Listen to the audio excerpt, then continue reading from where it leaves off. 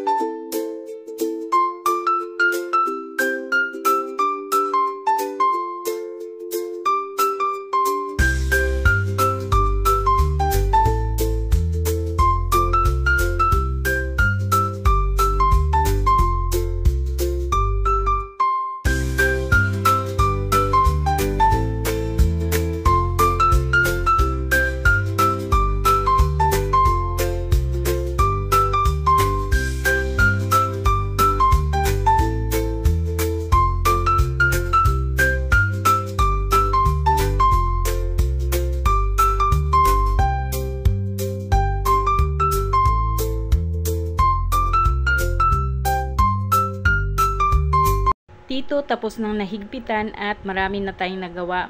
Maglagay na tayo ng bigas.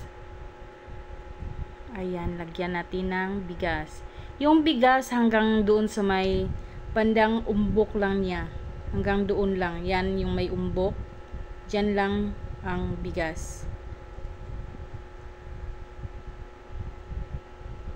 Ayan yung may umbok. Diyan lang ang may bigas. Para pag tumubo siya, kasyang-kasya siya doon sa dahon ng niyog na ginawa nating puso.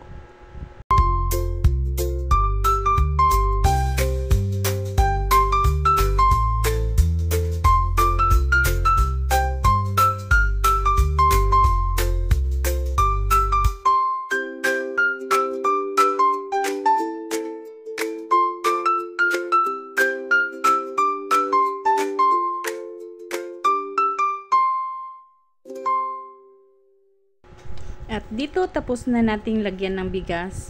Ilagay na natin sa kaldero at pakuluan natin.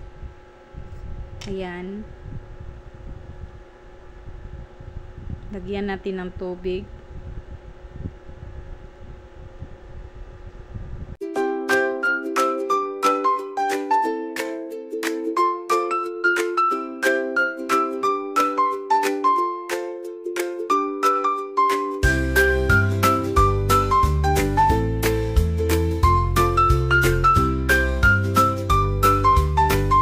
Ayan, luto na ang ating hanging rice or puso. Hiwain natin para makita natin kung gaano kaganda ang pagkaluto niya.